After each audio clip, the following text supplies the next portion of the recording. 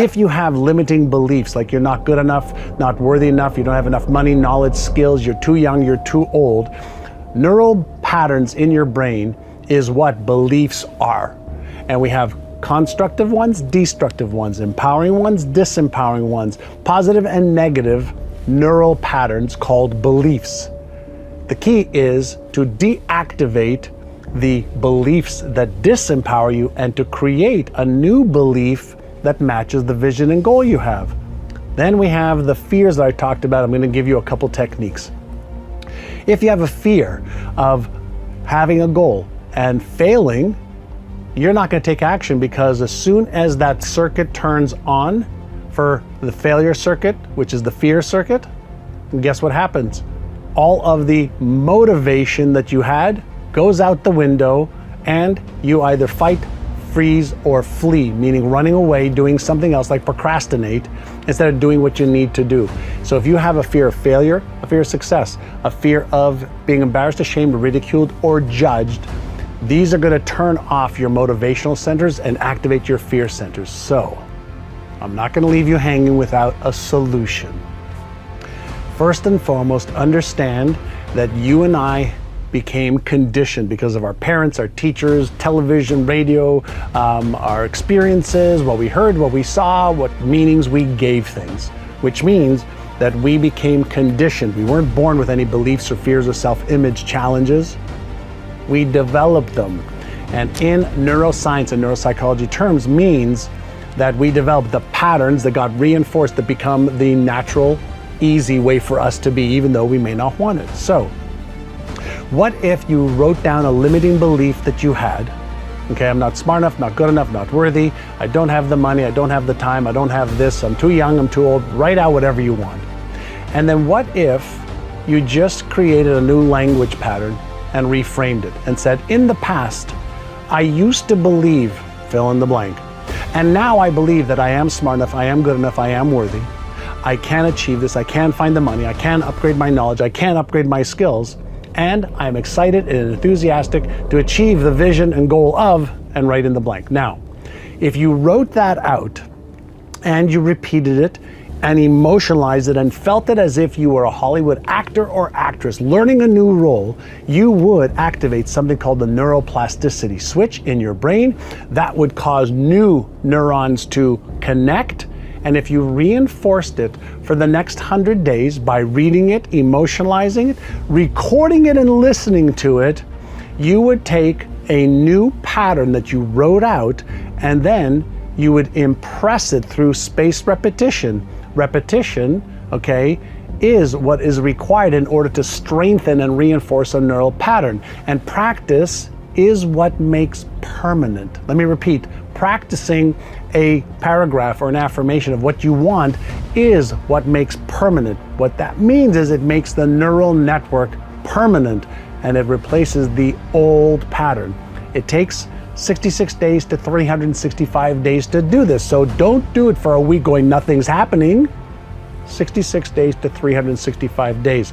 That's for limiting beliefs. Slow down and create plans.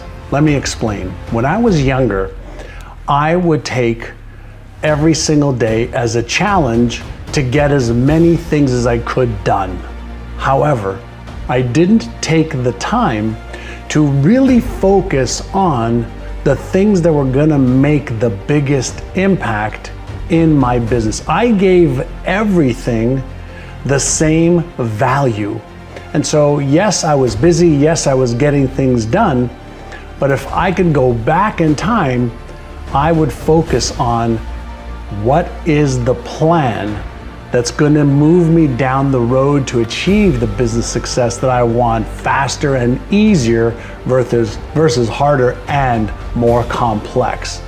And now, as I am almost going to be 60, I think about time.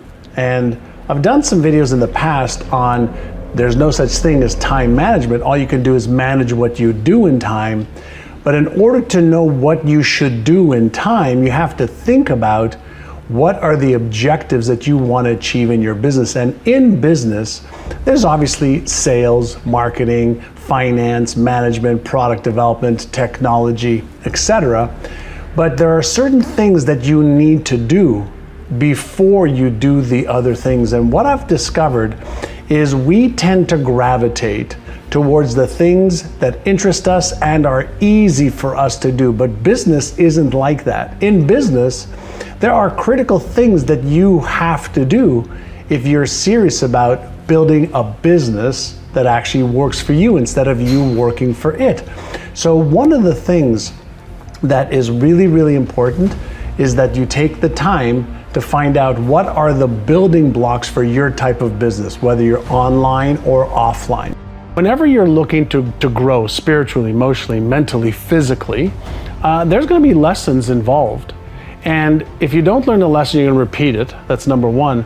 But more importantly, when you're doing things on planet Earth in the physical realm, you have to do the right things in the right order at the right time, and nature doesn't care about whether you make mistakes or not. You are going to pay the consequences of those mistakes. And so when we make errors in our judgment, or we make errors in our timing, or we make errors in our tactics, we pay the consequences. And that's just part of the game. And I personally believe that we're playing in a precision model game.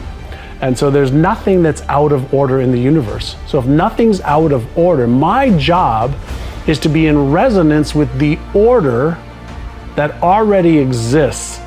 And that is, for me, resonance or chaos. So I don't look at it as attraction. I don't think that we attract stuff to us the way most people think about it. Is that resonance though, because I believe we live in an energetic world, is the resonance based on a frequency or a vibration? Yeah. So if you sit at the piano and you hit the A440 key, chances are that a chandelier that's in resonance with that is going to start vibrating, even though there's no strings between the two.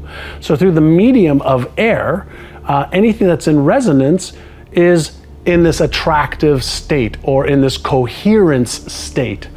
By the same token, if you hit the A330 key, you're not going to hit that chandelier frequency. And the same is true with the tuning fork.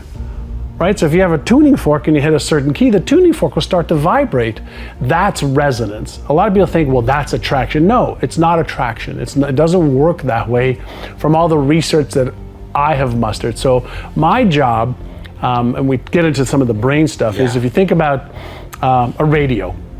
If you turn on a radio and you want to hear or if you want to hear classical music, you might go to 95.5, and it tunes into a frequency that's already here.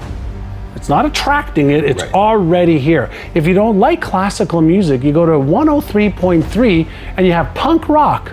It's already here. So how do we use that as a corollary relationship to, if my brain is the world's most sophisticated electromagnetic switching station, is it possible that I can tune into frequencies of what's already here? And the answer is yes. That's resonance. And so we can tune in on a spiritual, emotional, mental, and physical level. And when you create that coherence, then all of a sudden you start to be in the awareness of everything that's already here that you weren't in coherence with before. And people say, well, I must be attracting it. No, it was already here.